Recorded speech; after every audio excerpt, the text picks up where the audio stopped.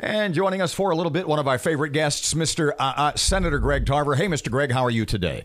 Fine. How are you doing today? I'm getting younger every day, similar to yourself. How was that? I got an email the other evening from an anonymous, I don't know who it was, somebody in the medical industry, and it was like the minutes of a report from a meeting in Baton Rouge. And it was about LSU Health and Biomedical Research Foundation, and it was all this stuff. And it was the minutes or something from a meeting, and I started to read it, and first of all, it was so complicated, it made my head explode. But the first heading, the first topic for discussion was, are hospitals, specifically the public hospitals, i.e. LSU Health, etc., in Northwest Louisiana, being discriminated against? Can you help me out? What did that mean, and is that true in your opinion? Well, let me say this to you. You having all type of things, all manner of things that are said from BRF that is not factual. And I can give you some examples. Number one, they are getting paid by the quarter, and others are getting paid by the quarter. And one of the reasons why Shreveport is different because they did not pay their bills. Let me give you a further example of that. Right today, they owe LSU Med School $8.1 million. They owe the state $3.8 million right now for lease payments. For lease payments for Shreveport and for lease payments for Monroe, Conway. They're not paying their bills. They also owe pharmaceuticals money by $4 or $5 million. They're just not paying their bills. And somehow, I don't understand how they can operate without paying LSU Med School for performing services that they do right now. No, they're not being discriminated against. Of course, it's different between Shreveport and New Orleans. Yes, it's a big difference, just like apple and oranges. All of them are fruit, but they are different. Senator, the governor is looking like he wants to move BRF out as the partner to run University Health here and Conway and Monroe. I want to ask you how much you can share with us. I know you're in on this.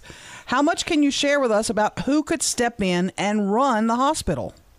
Well, let me say this to you. The governor has finally reached the decision that we've been telling him all the time, that BRF is not taking care of the business that they're supposed to be taking care of.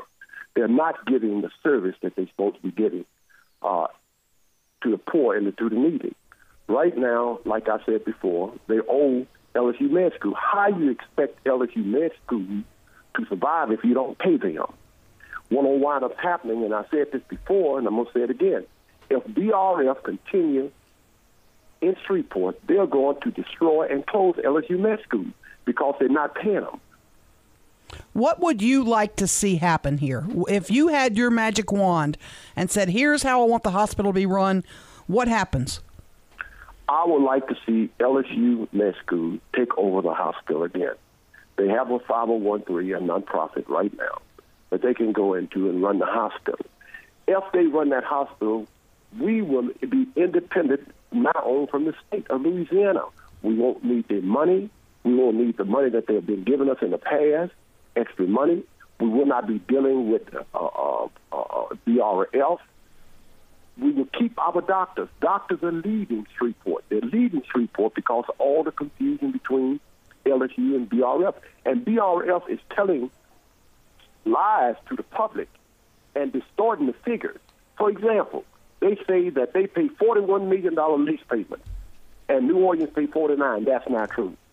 We pay $41, and New Orleans pay $94 million a year for lease payment. They're saying all manner of things which are not factual to the public. Mr. Greg, and I think LSU Med School can take over the hospital today because they have the people to run that hospital. Is all this, and I was going to start the question with, there are politicians across the state on both sides of the aisle who now look back on Governor Jindal's privatization plan and say, yeesh, what a freaking disaster. Is this mess that's come of that for you sort of a big I told you so? Well, yes. We realized at first it was not going to work, but we did not have a choice because the governor said it's going to happen. And it happened because at the time, if you remember correctly, that we were cut by $800 million in Medicaid money. That is what happened, and he had to do something. But we did not have to go to this extent. It costing us more money to deal with this privatization. People are not getting the service in North Louisiana. They are doing very well. And let me say this to you. Of all the private-public partnerships, the only one you hear having problems is cattle. Why? Because they're not taking care of their business. They're not paying their bills on time. They're not paying the hospital. The LSU Med School, I mean. In your opinion, was the privatization plan itself a bad idea, or was it just the way it was implemented? Well, I think where it was implemented, number one, Shreveport never should have been broken up. Shreveport was unique. We were the only one in Louisiana that had a hospital and a medical school together. That did not happen nowhere else in Louisiana. They put a very, very poor program together up here. And that's what happened. Now, the other ones are working very well. Only one is not working is cattle. Why? It got to be the administrators of BRF. If they know what they was doing, we wouldn't have this problem.